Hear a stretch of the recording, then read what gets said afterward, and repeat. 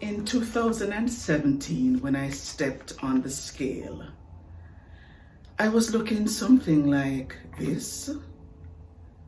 And when I saw that I was a few pounds away from 250,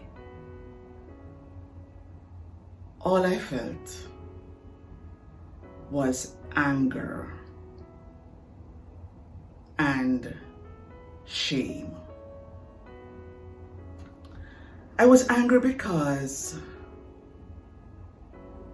I couldn't believe I had done this to myself. I was angry because I remembered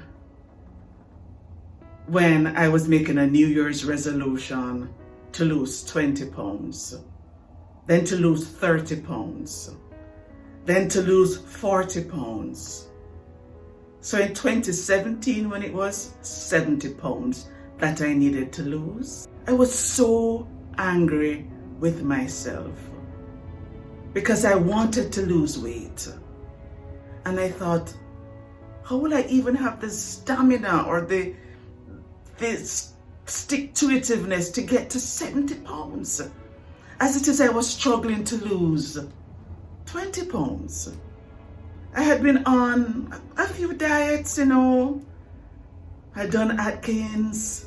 I had done Weight Watchers about 3 times. But I had tried. And most Mondays, I went on a diet. Mind you, I was off by the Tuesday, but I kept trying. And in 2017, when my son was then 25, I thought, come on, Tanya, you really have to do better than this. Because I'd been talking about this from he was born. And I kept saying, I have the weight, baby weight on, I'm really trying. And I was trying. But it just couldn't happen. I wanted it. But when it got hard, when the day was long and I wasn't happy and work didn't go well and I was dealing with my father and his illness, and when life felt overwhelming, I just went back to what I did easily and very naturally. I just ate. So I was feeling angry, but I was also feeling shame.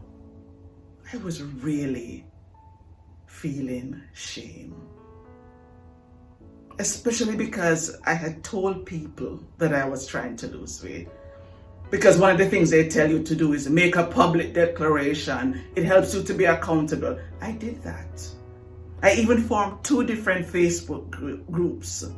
Shout out to you, sisters, because you were there for me.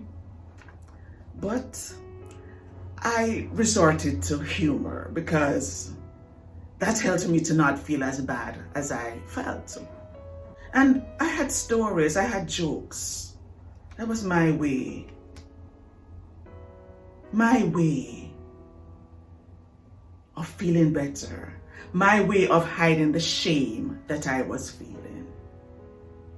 And believe me, I felt that shame every single day. Now, according to Brené Brown, the shame expert, she says that shame is a feeling. It is a feeling that one is inherently flawed, defective, or inadequate, and therefore unworthy of love, acceptance, and belonging with others. And that's how I felt. Very unworthy. Now, Brené also tells us that the shame is manifested in 3 ways. We feel it emotionally, we feel it physically, and we feel it interpersonally. In terms of emotionally, it makes us feel inadequate and worthless. And physically, it makes us want to cringe, to go away, to make ourselves disappear, not be seen. And interpersonally, it affects the way we relate to people. We try to escape their scrutiny and their judgment. And needless to say, that impacts and that changes the way we relate to people. So in 2017, I had it. I was tired of wearing black clothes to hide the weight. I was tired of wearing loose clothing to hide the weight. I was tired of going into stores, into their changing rooms, and feeling like I couldn't look at myself. I was tired of trying to hide the fat. And I was tired of trying and failing, but I didn't know what to do. And through a series of events, I ended up talking to a coach. And that conversation had such a profound impact on me that I eventually started to lose weight. And there are two things that the coach said to me that made a huge difference in my life. She asked me to address how I was feeling and how I was thinking. And you know how I was feeling. I was feeling nothing but shame. So she asked me to work on how I was feeling. And if you are also struggling with that anger and that shame and that insecurity, I'm going to suggest that you do this exercise. The mirror exercise. Because after a time of feeling shame, sometimes we almost don't even like ourselves. And we feel a lot of self-reproach, self-scorn. And we stop valuing ourselves and seeing ourselves as the wonderful people we are, because you know what we are. But sometimes the layers of fat and the shame kind of begin to cloud our vision and kind of makes us stop seeing our true worth. So there's this exercise that I started to do, which had a major impact on me.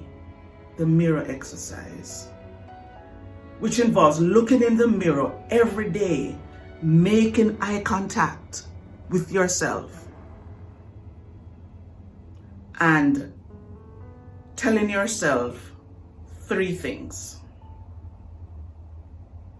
You call your name, Tanya, and you tell yourself what you're proud of. And that may not be very easy.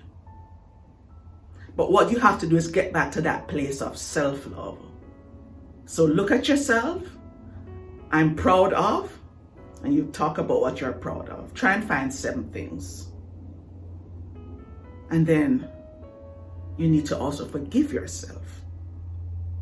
So Tanya, I forgive you for, and find 7 things.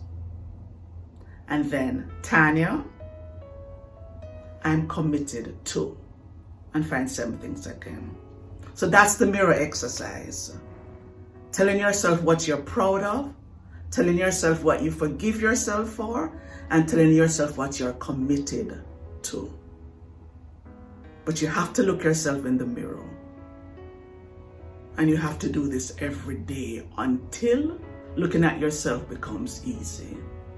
Because one of the things about weight gain is that sometimes you stop looking at yourself.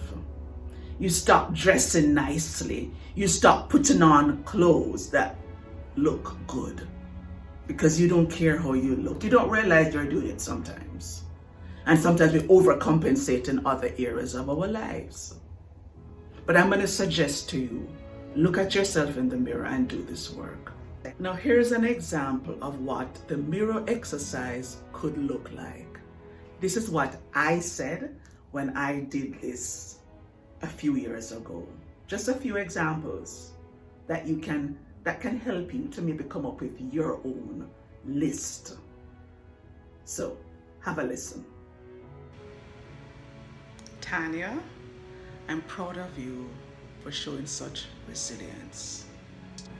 I'm proud of you for the way you've been working on losing weight. I'm proud of you for taking the time to acknowledge your self-worth.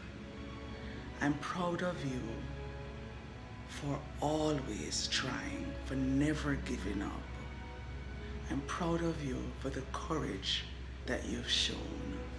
Tanya, I forgive you for the years that you wasted. I forgive you for not forgiving the people who had hurt you and allowing that hurt to make a block in your life. I forgive you for not speaking up at the times when you should have spoken up. I forgive you for not seeing your value.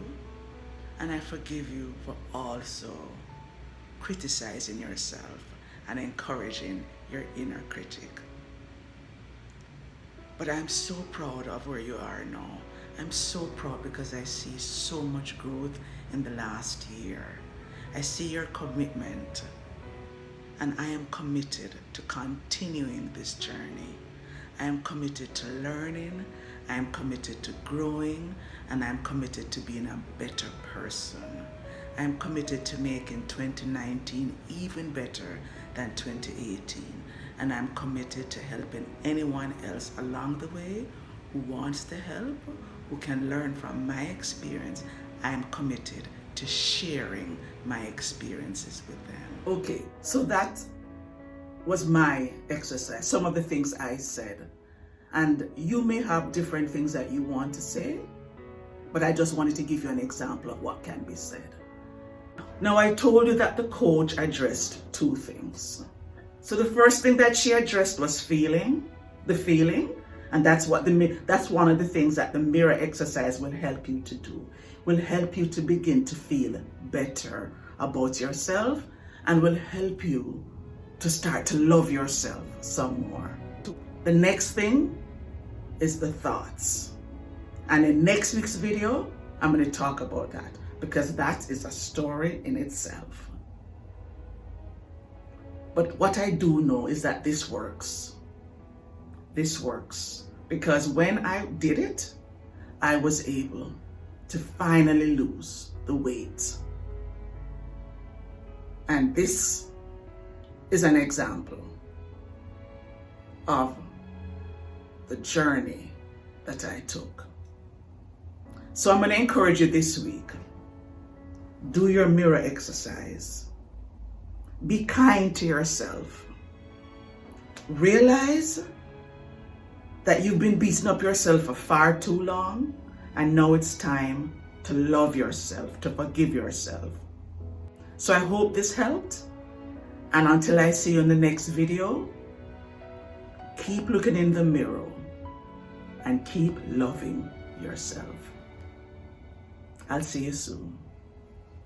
Bye for now.